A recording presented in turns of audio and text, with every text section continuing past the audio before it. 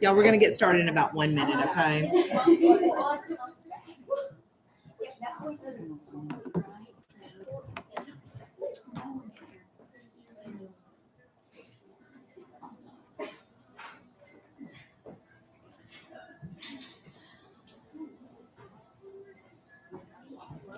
Boy, I'm put quiet when I said that. I know, right? The presence demands.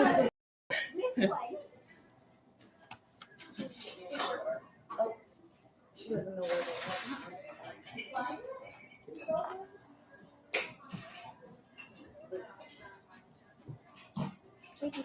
30-second warning.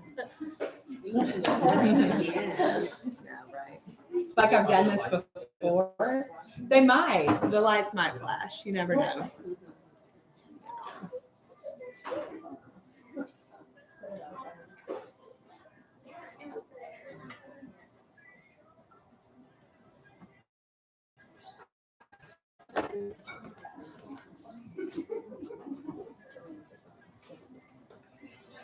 All right, y'all, we're going to get started.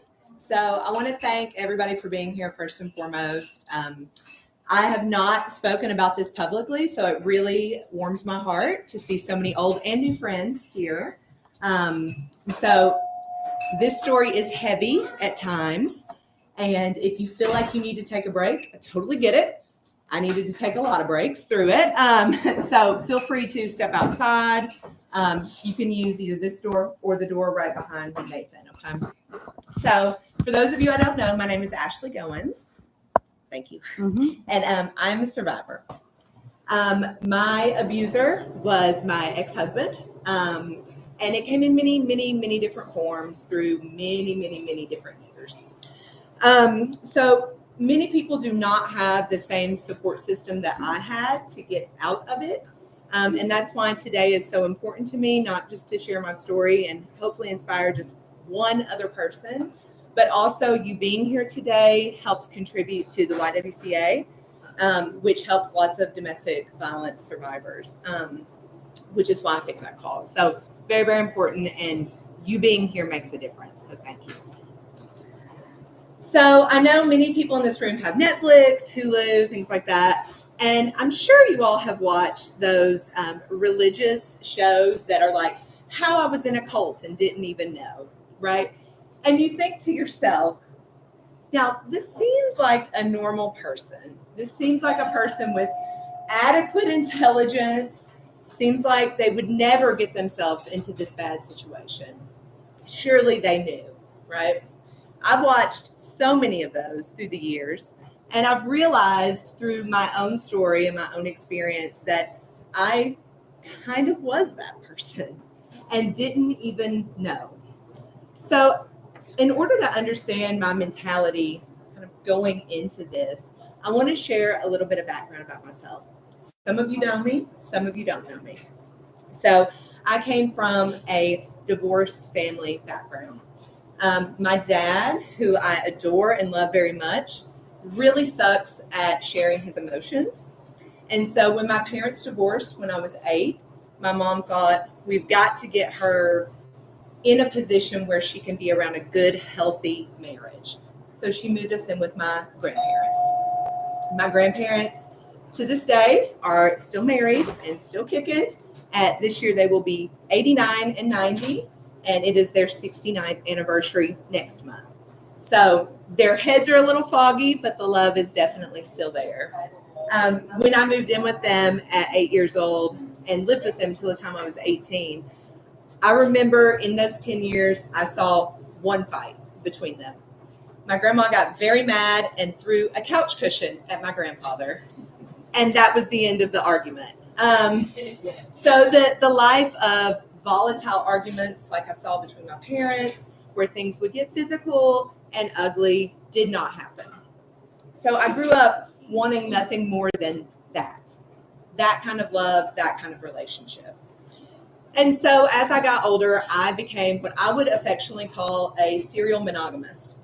I wanted serious relationships only. I wanted commitment. I wanted marriage. That's it. I didn't have time for casual anything. And then about a year before I met my ex-husband, I ended a relationship of 5 years with another person. And although he was kind, he had the work ethic of this table. It was terrible. And I found myself taking care of him and doing everything for him. And so when that relationship ended, I wanted nothing more than somebody that was successful, put together, able to hold their own, and could meet me where I was.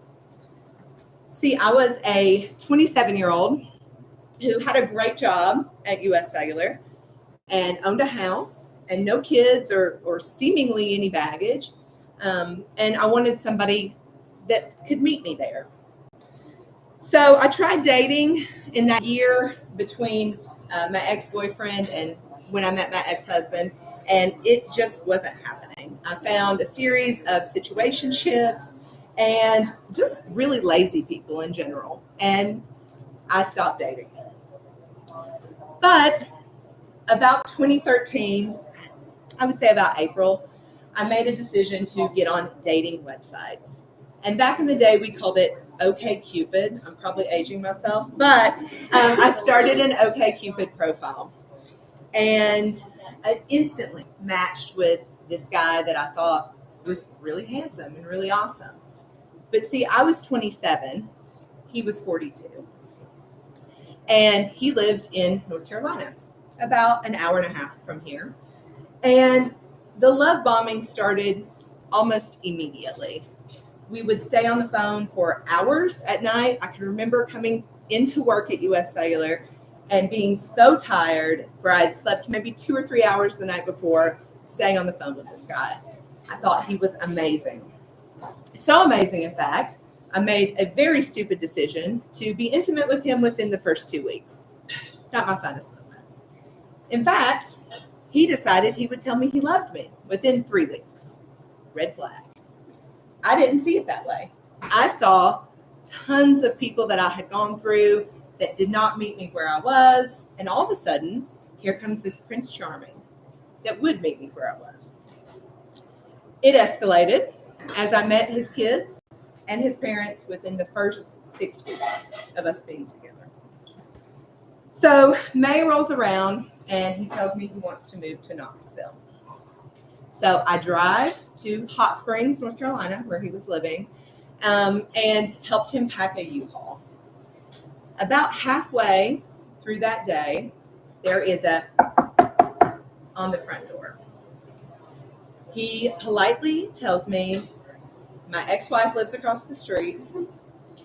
She is going to be very angry that you are here. If you ever want to write a real relationship with the kids, you're going to have to hide in the bedroom and pretend like you're not here. I was 27 years old and very naive. And I stayed in the bedroom. I did. I was very, very upset. But I believed him.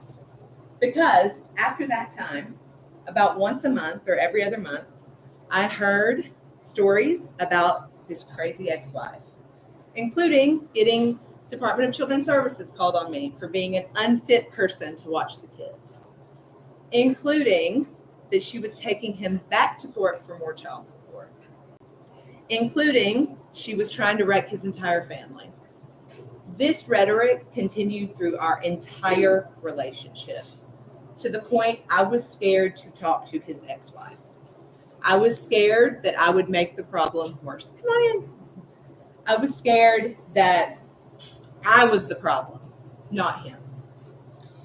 So I continued to help him move and just thought, it's her. She's the crazy one, right?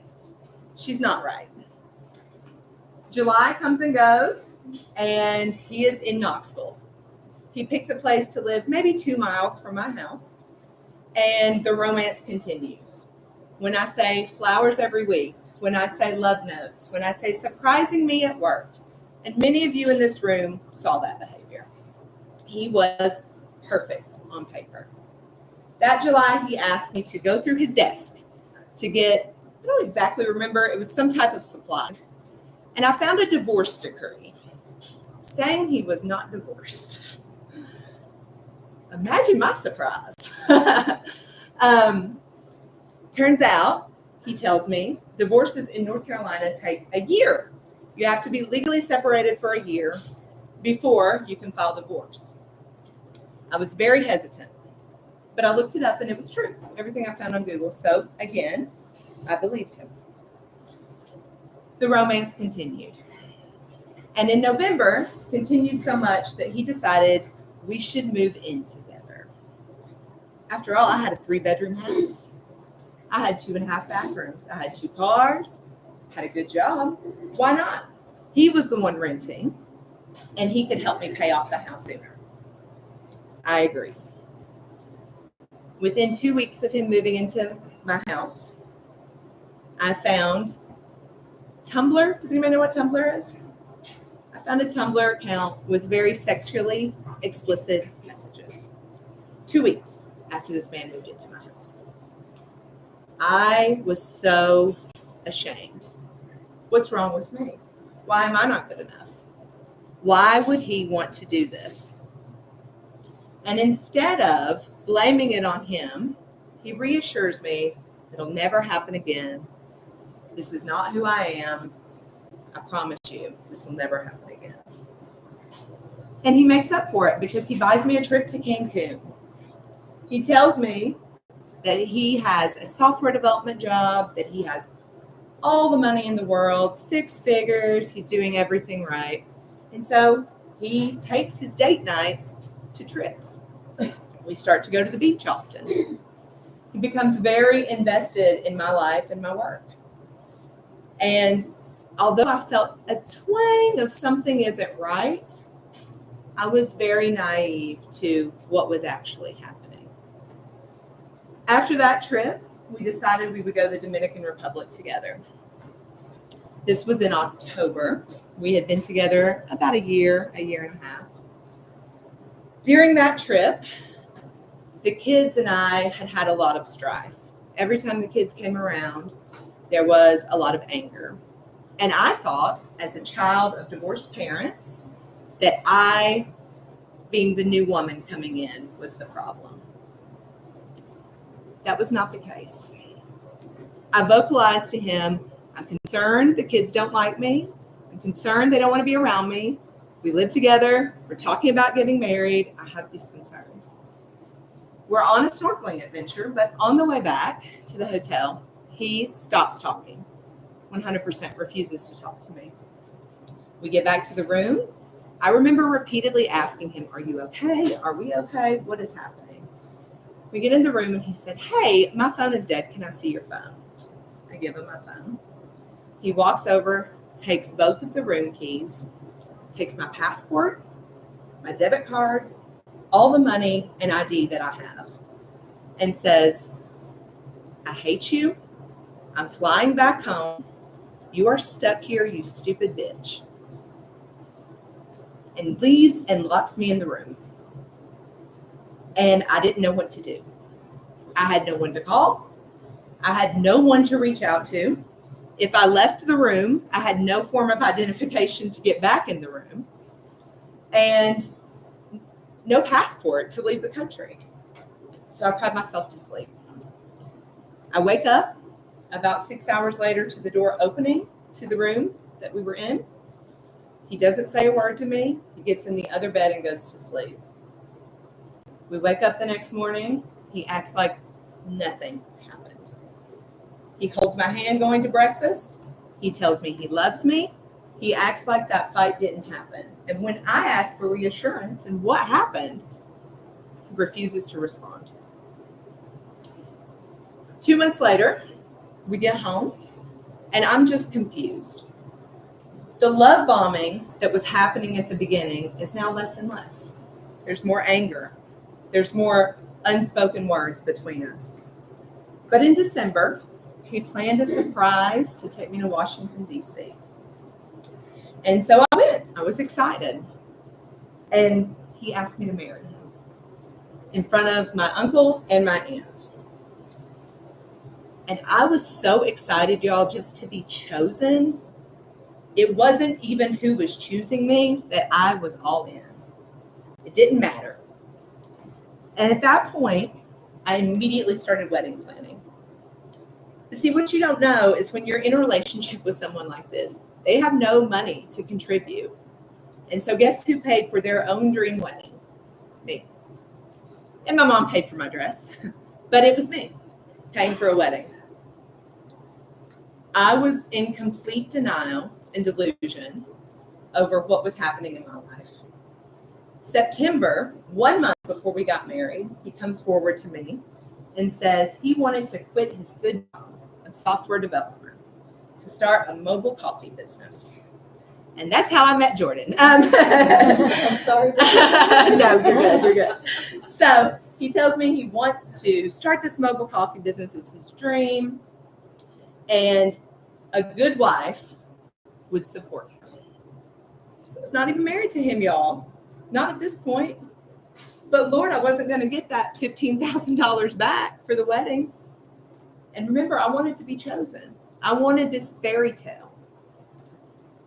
And so I agreed, reluctantly, and began paying everything, from his child support to all the household bills to everything to start a coffee business that never had my name on it. 1 month later, we got married. And you might be surprised to hear the kids did not come. I thought it was me. It was never me. Never me. In January, just a few months after we got married, he tells me that a good wife again would start working with him. And so I give him my resources. I'm a Knoxville girl. I had a lot of connections. I gave him my connections. I gave him my money. And then lastly, I gave him my time. I worked 80 hours a week at US Cellular and probably 20 to 30 with this coffee business. And that continued for 1.5 years with just he and I struggling for control of a business that never had my name on it. In July of 2017, I had saved up enough money through working 120 hours a week that I could leave US Cellular. And I did, to work coffee full time. I had planned the next month this really fun event in Pittsburgh, Pennsylvania called the Steel City Con. Pittsburgh is an 8-hour drive for those of you who do not know. And I proceeded to get in a very large cargo van with this man, drove to Pittsburgh where we served coffee for 3 days for about 14 hours a day, where I was berated every day. I was called names every day. And when we got in the van to drive back home, he screamed at me, spit in my face, and drove over 100 miles an hour the whole way home. Money started coming up missing.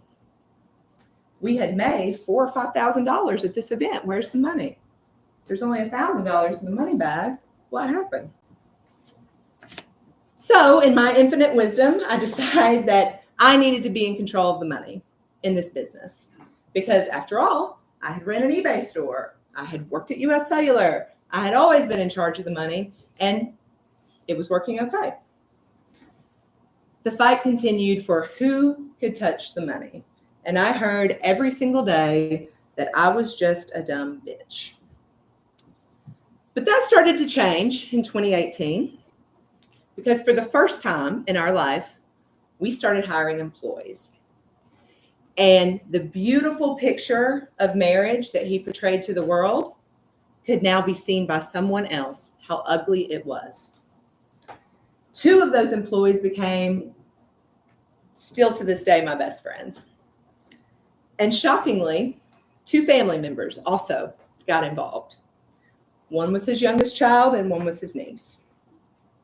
This was pivotal because until then, the picture he gave the outside world was that everything was roses, that I was the best thing that ever happened to him. But behind every closed door, he looked for opportunities to hurt, to scheme, to lie, and to cheat. In March of 2019, I noticed that we had made this drink called the Unicorn, which had a custom whipped cream on top of it. And for those of you who don't know, to make custom whipped cream, it's heavy whipping cream. And you have to have nitrous in a canister. So we had made this drink for 4 or 5 months, and every time we made it, the nitrous was just disappearing. I didn't know. But I did know when we went to Jamaica 2 weeks later, and he bought about $200 worth of drugs in Jamaica and refused to leave the country until they were all gone. Well, why is that important? At 7 a.m. before you catch your flight, when you are stoned out of your mind, you may make a stupid mistake, like leave your passport at a hotel an hour and a half away from the airport. We get to the airport and I am panicked, rightfully so. So I call the cab driver. He drives an hour and a half back to the hotel to get the passport, an hour and a half back, and takes us to an Airbnb. I emptied my bank account to make it happen. 3 months later, we decided to go on a trip with my mom to New York City. And 2 weeks after that, a road trip where some of my friends got to be around him. This time frame, again, people saw his behavior. People saw that he was actually a drug addict. And I didn't know. So imagine my shame trying to explain to my mom why he needs to hit a vape pen and why he's freaking out that everything has leaked out of it. She just said, why doesn't he go to the vape shop and get some more? I couldn't tell her. I continued to be in denial until March of 2020. And that's when many of you found my story. In March of 2020, we were driving to the Sevierville Convention Center to work a cheerleading event. There was 60 gallons of milk in the back of that large cargo van, and someone stood on the dock doing this right here. Turn around. It shut down, and the world shut down. 95% of our household income was gone. And when you already talk about two people struggling to make it work because of addictions and secret lives, it got very hairy. At this point, he started demanding that his name go on the loan to my house. I refused. I decided I had to pivot and I had to stay in the business because no one would believe this crazy man I married. Everyone would think it was me. So I stayed. And we pivoted. And I made a lot of coffee recipe videos. A lot. And on top of that, we delivered coffee to a lot of y'all's houses. It was hard. I worked a lot. He was very angry every time my account went viral.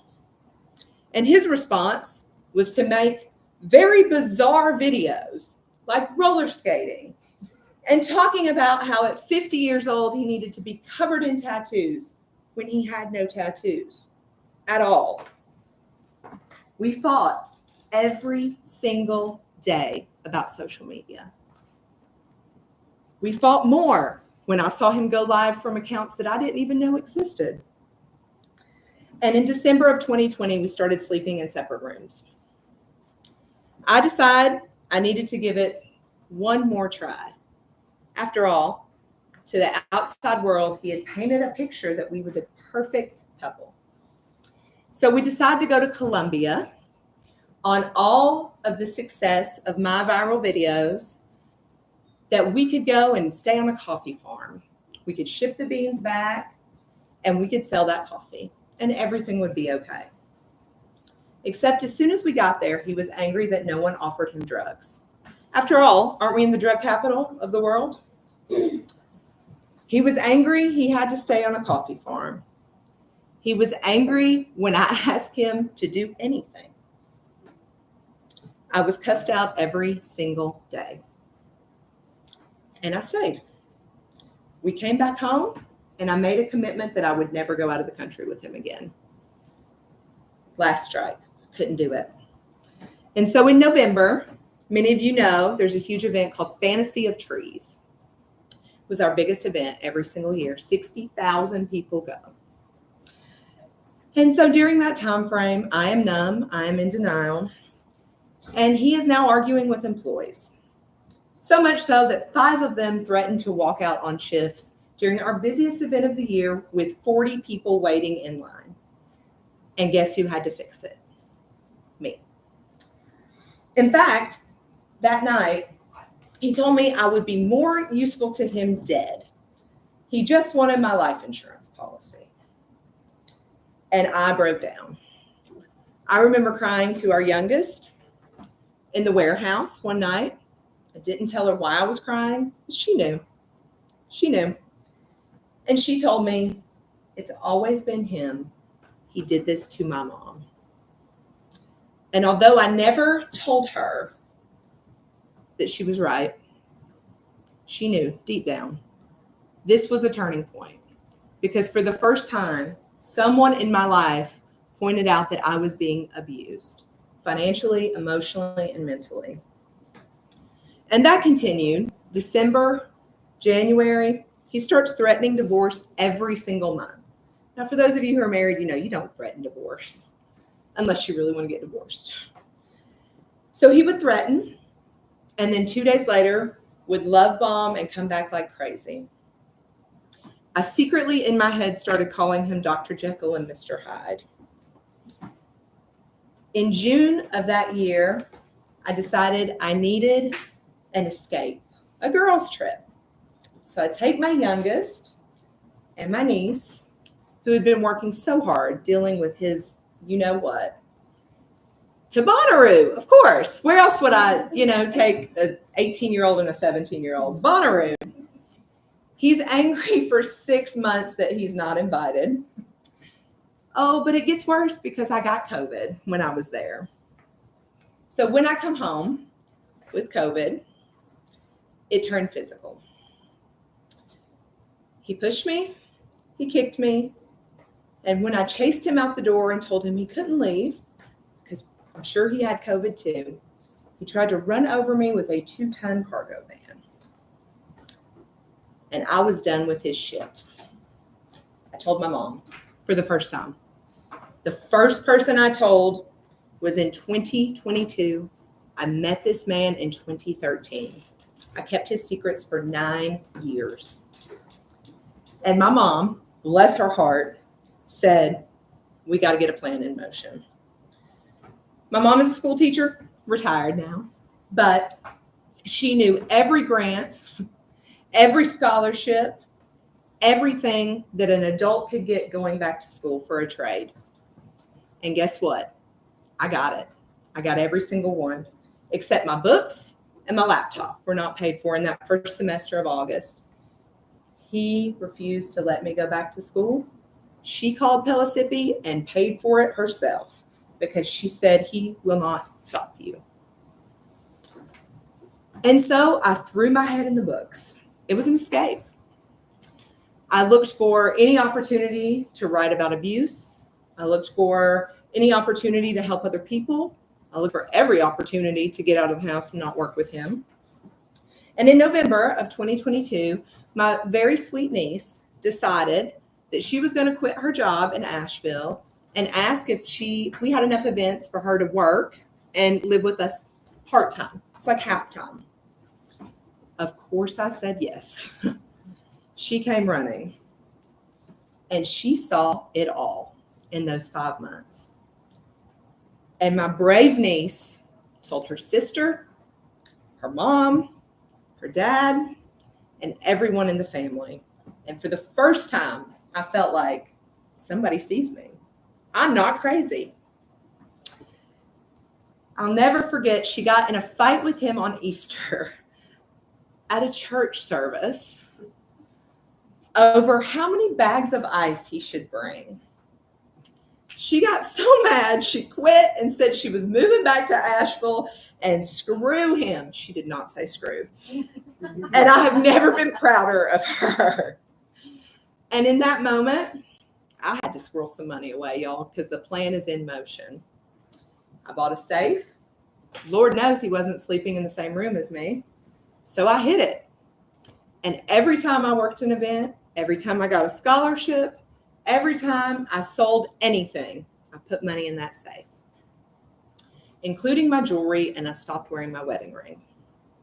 I took the safe to my mom, and every week I went to see her for Sunday dinner and refilled the safe.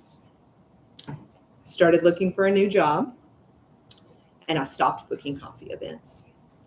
We stayed booked usually months in advance. I had nothing on the books past May of 2023. And I started a new job in May of 2023 and said, I'm not doing coffee anymore. And that's when it hit the fan, folks. In June, I hired a lawyer, and he moved out of the house. And for the first time, I felt like I need to call the second ex-wife. Because didn't you know there was a first ex-wife too? Oh, no, I didn't. Great. So I called the second ex-wife, the mother of the kids. And I found out in that phone conversation that he had 40 counts on his record. He owed $70,000 in student loan debt. He never had custody of the kids. He was a felon who had been charged with domestic abuse multiple times. He had beat his first wife senseless and sent her to the hospital. He was a serial cheater who went to sex therapy. And I thought I would die right there on the floor, y'all, because I had no idea who I married. None.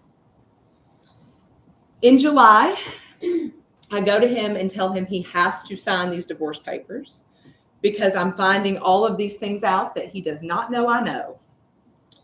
He blackmails me for $2,000 before he'll sign the divorce papers. I gave it to him. He signed, and I ran to my lawyer immediately. In the state of Tennessee, you have 60 days from the time you file divorce before it's over. People can still contest in that 60 days. That's really important. Because 2 days later, there was an event at my tattoo shop. The joke was on him because I had a tattoo appointment the next week to cover up a caffeine molecule on this arm. And the tattoo shop called me and they said, who is this here with your ex-husband? They said husband. They didn't know. I said, oh, I don't know. I blew it off. Then I get a call from one of the 13 employees we had. Said, hey, why aren't you here? He's here. And I said, oh, I don't know. It's probably just his girlfriend. Don't worry about it. Except he had not told any of them we were getting a divorce. He wanted it silent. So through my wonderful private investigation skills, I found this person. Turns out they had been having an affair for 2 years. And I go to my lawyer. The lawyer says, it's signed. You can't say anything on social media. You have to be quiet. In fact, you can't change the locks on your house legally for 60 days. Well, that was all well and good until I told a few friends what was going on. And a post that some of you all may have seen got out there called, Are We Dating the Same Guy Knoxville? That prompted over 100 women and girls to come forward. You heard me, 100. Every employee quit, and there is a shitstorm on social media. And I am fearful for my life. This man is a felon. He has multiple counts against him, and I can't even change the locks to my house. And he's going to think I did this. But turns out good news travels fast because I didn't have to do anything. Everyone else was outraged. So to get away from it all, I decided to go to Nashville with my youngest, and we had so much fun. And in that conversation, we listened to Taylor Swift going to Nashville and coming back from Nashville. And her solution to the whole problem at her very, very wise 19 years old was, you just need to listen to more Taylor Swift. She was right, though. She was right. In September, I get a call from the court system. He does not show up for court. The divorce is uncontested and approved, and he is nowhere to be found. Chattanooga calls me to ask me if I knew where he was because he has warrants. That happened fast. I make a statement publicly, a video showing over 40 screenshots that I had to see as his wife. I sent packets to his family with those same screenshots and some worse ones and asked that they get him help. I was humiliated and I thought I would lay down and die. I was angry to have a very, very public business and no one came forward to tell me. I felt like an idiot. Felt like I had been used. But in that anger, something clicked. He had used social media to paint a picture of a perfect marriage. And I thought no one would believe me, and shame kept me from doing anything. But I decided he got my past, he won't get my future. And I got really angry. And in that anger, I threw everything I had into school. I used it as an escape. I called Pellissippi and said, turns out I was never on this business. So when I filed for financial aid, that was not correct. It showed me having more income than I did. And guess what happened? I got even more money. I got paid to go to school. The counselors also told me about the food pantry to get soap, tampons, whatever I needed. And the most important thing that came out of that was I qualified for free therapy, which I started immediately. I was already very settled at a new job, but I was also not myself. So I decided the best thing I could do, because I wasn't making enough money, was to make a riveting PowerPoint about how I ended up here, including screenshots of what I had endured, and take it to the owner of my company to get a raise. It worked. Maybe not my finest moment, but it worked. I said I wanted to be busy, booked, and unbothered. And so I thought of the funnest job I could possibly think of, which was FrightWorks. Started working at FrightWorks. Like I needed a second job and to go to school full-time and another full-time job. I needed it, y'all. I did. I continued to get straight A's in school, and I got even more scholarships. And then somewhere in the middle, I made a bad decision. And that was Tinder. That was a real bad decision. I decided that dating would be good for me. It would help me kind of shake it off, right? It had been a while. No, it was not a good idea. It was not a good idea. I would recommend not doing that if you're not a healed person, because you just hurt more. And I transferred my hurt to someone else, and he did the same to me. I forgive him. So the other thing I wanted to take back was social media videos. My ex-husband used social media as a weapon through our whole marriage, not only to paint the perfect picture, but also to find women to hook up with. And I wasn't going to give him that power. So I got right back on social media making videos. I decided it was time to find a constructive hobby, not drinking, not partying, not Tinder. And so I decided to take up running, because when you run long term, you hate yourself or you hate someone else. So for me, it was number 2. And I did not 1, but 2 half marathons this year. Because of the way the marriage ended and him fleeing, he left a lot of stuff in the garage of my house. I sold it, every bit of it. I paid for that divorce, and I helped pay for the youngest to go to school. And then I decided I needed a long-term goal, and that goal was South Africa. I dreamed of it since I was a kid. My ex-husband told me we could never go because it wasn't a coffee write-off. Whatever. So I said, the first trip I'm taking is to South Africa, because I'm going to do what I want to do. I spent 2.5 weeks there, and it was magical. I went alone. I ate in fancy restaurants by myself. I got 2 proposals.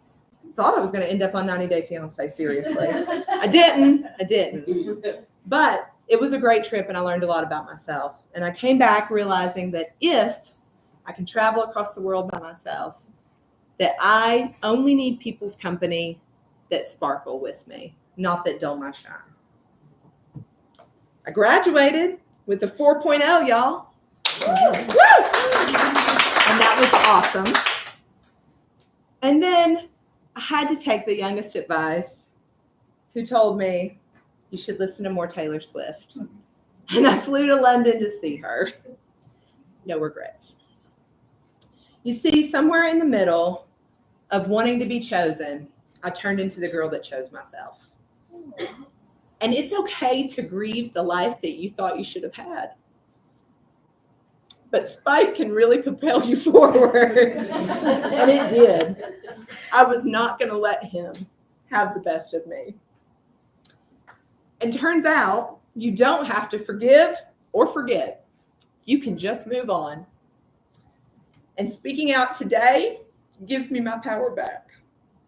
So, even though I was humiliated publicly, I chose to keep my heart open and continue to trust people.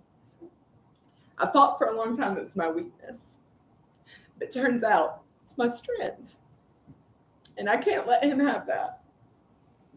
So today, I am happy, healed, confused, and lonely at the same time, if you know Taylor. And I wanted to give everybody an opportunity today to ask any questions. I do have some questions that came in through social media. This is a safe space. So if there's anything you want to know, it's a great time to ask. Thank you for sharing. Only 4 tears. I got through it. Only 4. Well, I'll read some that I got, and you all are welcome, if you are sparked, to let me know. So one of the questions I got through social media was, what was your moment, your final, that's enough of this shit moment to start the rebirth? There were several, and I wish I could tell you there was just one silver bullet. But when it got physical, I knew it will stay physical. And that's why I had hid so much. But that moment, I knew I had to tell someone. And once my mom knows, once your mom knows, it's over. It's over. How do you stop loving someone that's bad for you? It's a hard question. It is, because you can love someone and not like what they do to you. But there's a line that you cross when things turn so toxic, and toxic is all you can associate with this person. That's how you stop loving them. And I'd say if this person who wrote this is not there, they're just going to have to endure a little more. And I'm sorry to say that, but no one could have pulled me out of that until I was ready to get out of it. Let's see. How did I cope during the hard times? How did I make it through? Well, I did some stupid things. Like Tinder, that's one example of a stupid thing I did. And then I drank too much at times too. And I realized that I was just going to have the pain no matter what. And I needed an outlet. And so I felt like in my marriage that I had lost everything that was truly Ashley, that I had just absorbed all of his stuff. And that's what he wanted. And so I had to get my hobbies back, or find new hobbies, and give myself permission to suck at those hobbies. And that helped a lot. It did. I just got a question. Yeah, go for it. Sorry. No, you're good. What's your next goal? That's a good question. My next goal, in 2 weeks, I have a really big exam for medical billing and coding where I can freelance, potentially work from home. So I have to pass it. It's a very hard test. I took it once already and I failed by 4 questions. And that sucked. So that's my goal. I would also like to pay off my house in the next couple years. Part of my journey and my story is when things got really bad, I just put extra money toward the house because I knew I had to outsmart him. And that was the smartest thing that I did. Was never putting him on the house and just putting extra money toward it. So those are my big goals, I think. Any others? Any other questions before I keep going? How did you keep your head held high through it all? I was really embarrassed, y'all. I was mortified. It was really hard because there were times I thought it would be easier to just lay down and die than to face this, you know? I was so embarrassed that we were so known in Knoxville and that it had been going on since the beginning. And to make it worse, like I tracked it back to like when he moved in my house. It was not just at the end. It was the whole time. It was messages to people when I was at the hospital with my grandmother fighting cancer, asking them to come over. It was so many screenshots of that. The only thing I could do is go forward. And I had a lot of people that loved me and listened to me, and a lot of people that gave me space and silence where I needed it. But it was very hard. There were days I didn't get out of bed. There were days I didn't get out of the house. I was so paranoid that I bought like bars for my doors because I couldn't change the locks. I bought cameras. I did everything, you know, and I just thought, I'm not leaving this house. This is all I have. But eventually I felt comfortable coming out of the house, and people were there for me and loved me. How did I handle it financially? It was really hard. It was, but I knew I had to outsmart him. I did. And so I just saved money like crazy. And because he was lazy, he did not pick up how much I was working without him. And what I was mad about at first, that here I am working all these events, working more hours, actually ended up being my saving grace, because it gave me a space where I could make the money bag light, if you follow what I say. It's what I had to do. It's what I had to do. School, lots of grants out there. Tennessee Reconnect is great. There's grants for all kinds of technical professions if you're trying to change professions as an adult. I would also say financial aid, because of the situation I was in, and all of the money was under his name and his Social Security number. All of a sudden, poor, and that was very helpful. And I was very poor. Let me be clear. So that gave me the loans I needed to jump right back in. Favorite, most unexpected thing about starting over? I would say new hobbies. I found a lot of really good hobbies that I think have been awesome, that have surprised me in a lot of ways. And I would also say the relationship that I have with the kids and my nieces is better than ever. And I was afraid in making that cut that I was going to lose everybody. Turns out I didn't lose anybody, not one person. And I didn't expect that, but I'm so thankful that it ended up that way.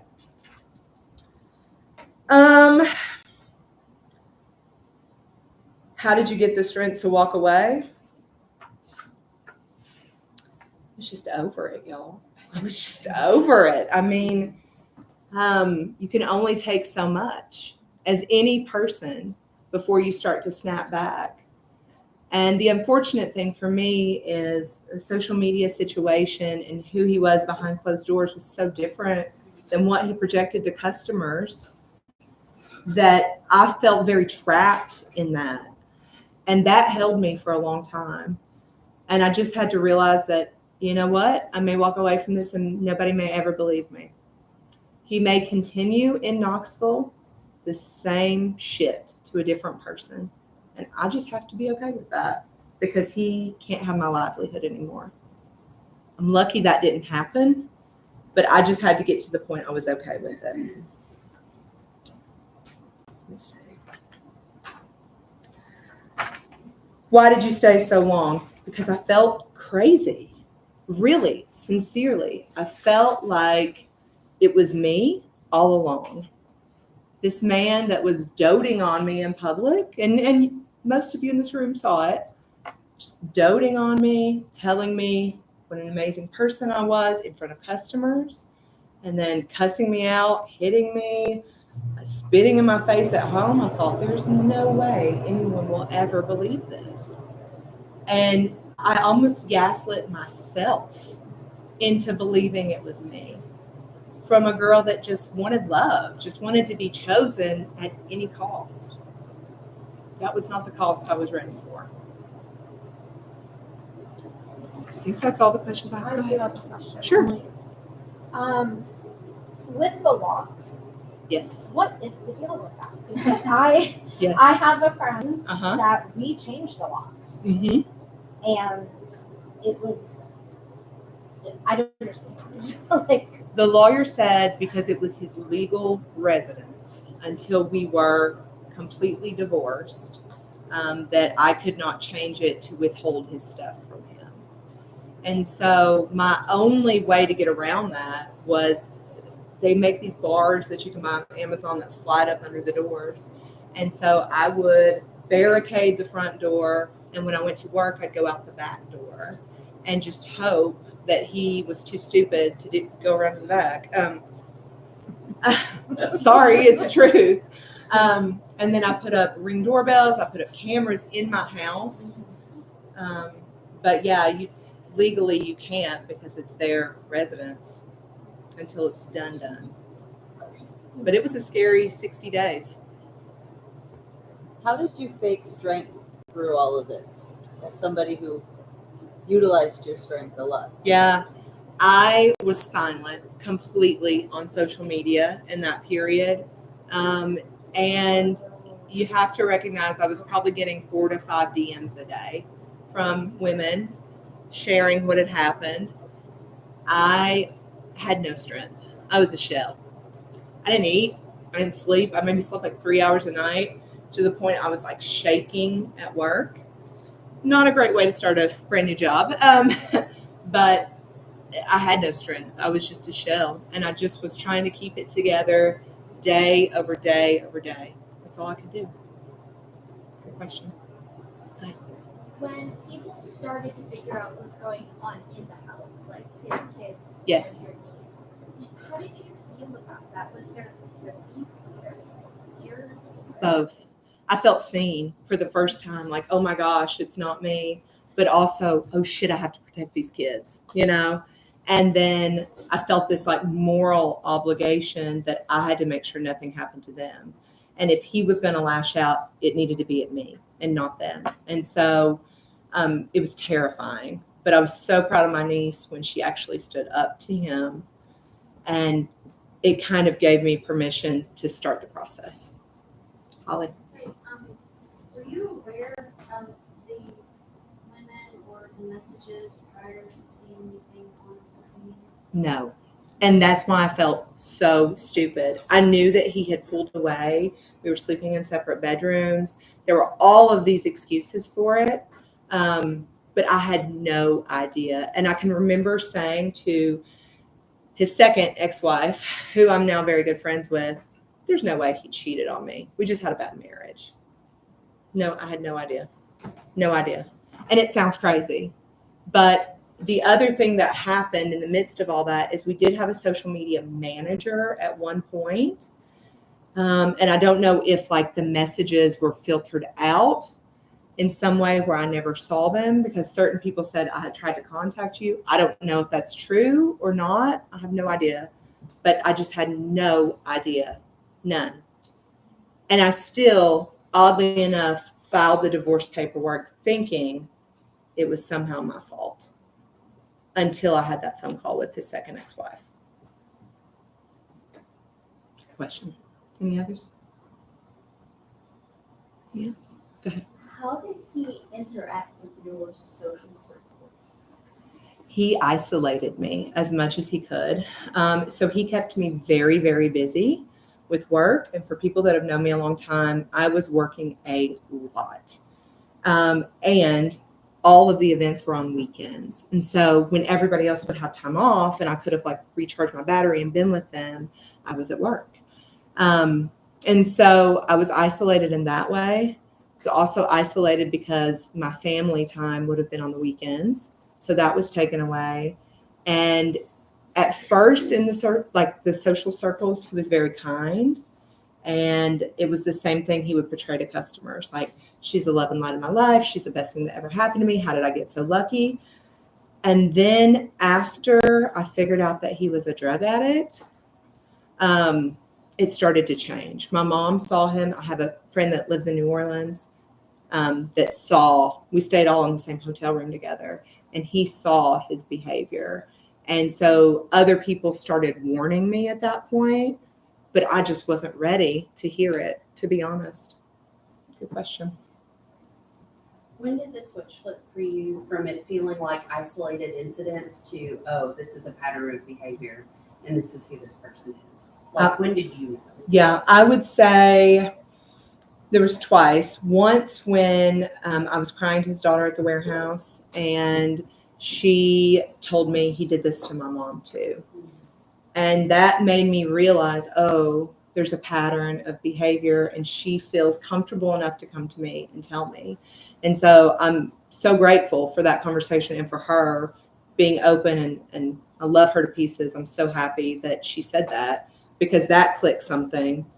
And then when it turned physical, that also clicked something, because if you are my partner and I just take your child out of love on like a girls' trip and an experience, you should be overjoyed.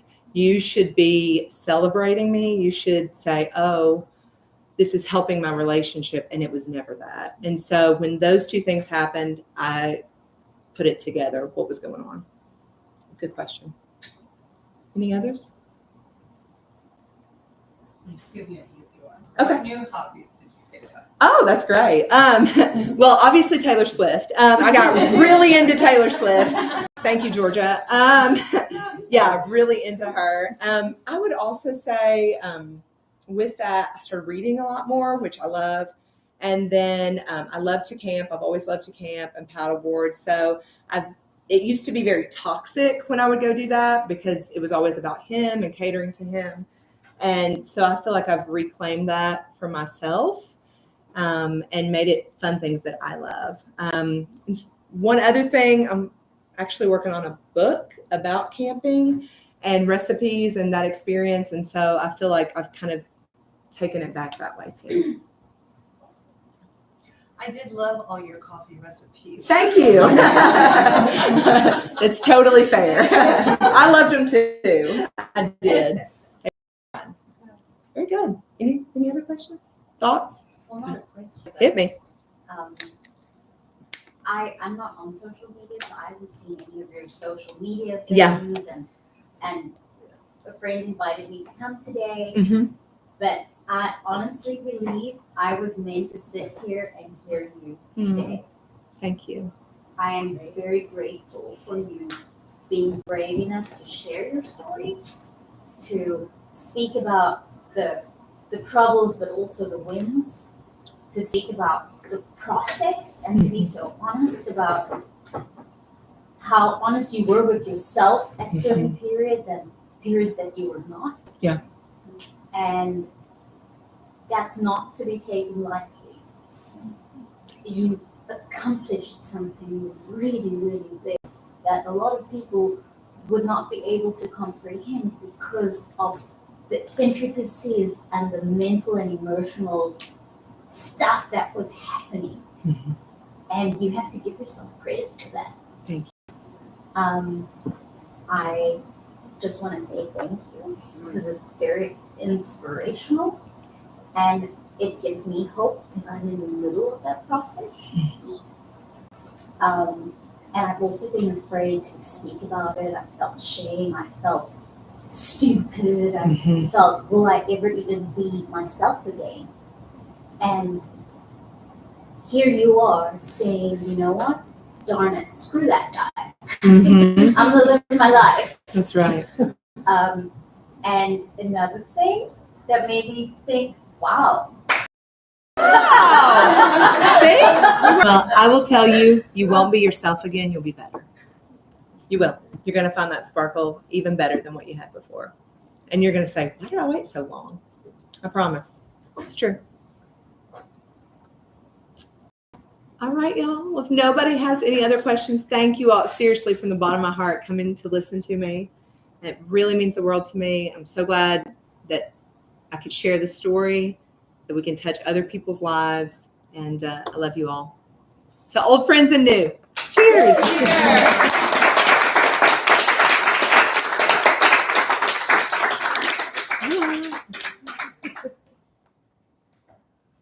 Thank you for your courage. Thank you.